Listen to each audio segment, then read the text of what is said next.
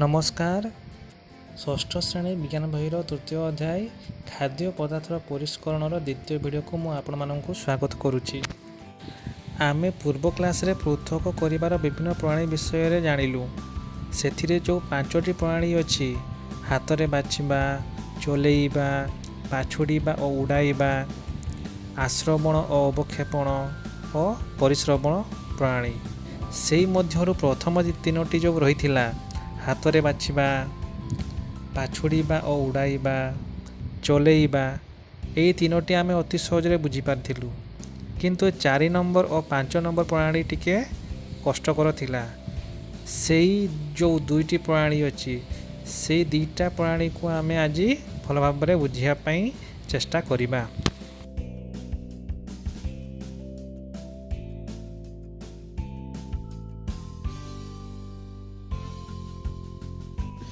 एबे आमे जानिबा आश्रवण प्रणाली कौन।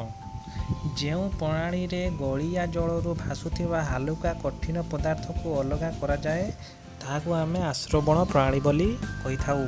आश्रवण प्रणाली परे जो कठिन ओजनिया पदार्थ तले बसी रहे ताहाकु आमे अवक्षेपण बोली कहि थाउ। एबे चलो भल भाबरे बुझिया पई चेष्टा करिबा।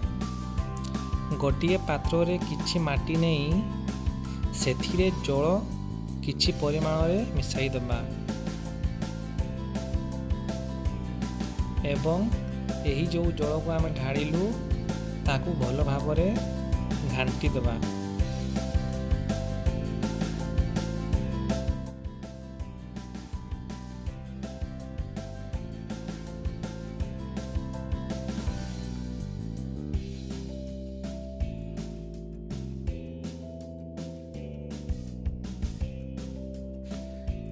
किछि समय रहिला परे अन्य एक पात्र रे माटी मिसा जल को धीरे धीरे ढाली दबा।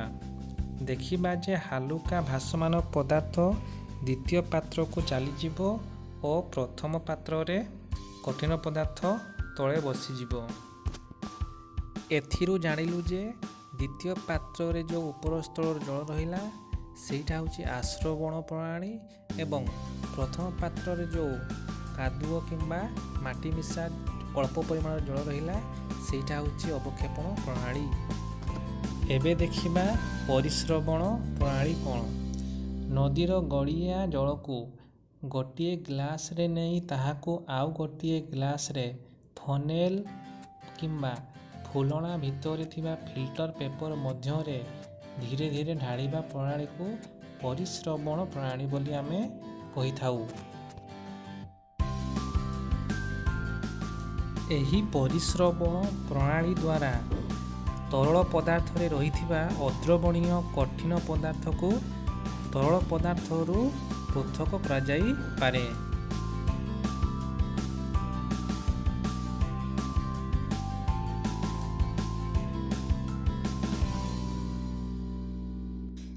एबे आमे फिल्टर पेपर नहीं फनेल बा फुलणा भितर रखिबा एवं द्वितीय ग्लास रे संगृहित जल को फिल्टर पेपर उपरे ढालिबा। एबे देखिबा फनेल देई धीरे धीरे जल तळे थिबा पात्र रे पडुची। तापरे आमे देखिबा जे फनेल मध्य रे थिबा फिल्टर पेपर उपरे किछि किछि अद्रवणीय कठिन पदार्थ मान लागिकी रहिछि। तल पात्र रे संग्रहित जल स्वच्छ देखा जाउछि।